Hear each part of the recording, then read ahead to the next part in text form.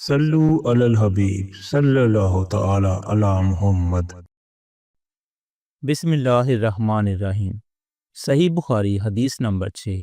نبی کریم صلی اللہ علیہ وآلہ وسلم سب لوگوں سے زیادہ سخی تھے، اور رمضان میں دوسرے اوقات کے مقابلہ میں جب جبرائیل علیہ السلام آپ سے ملتے بہت ہی زیادہ جود و کرم فرماتے۔ جبرائیل علیہ السلام رمضان کی ہر رات میں آپ صلی اللہ علیہ وآلہ وسلم سے ملاقات کرتے اور آپ صلی اللہ علیہ وآلہ وسلم کے ساتھ قرآن کا دورہ کرتے۔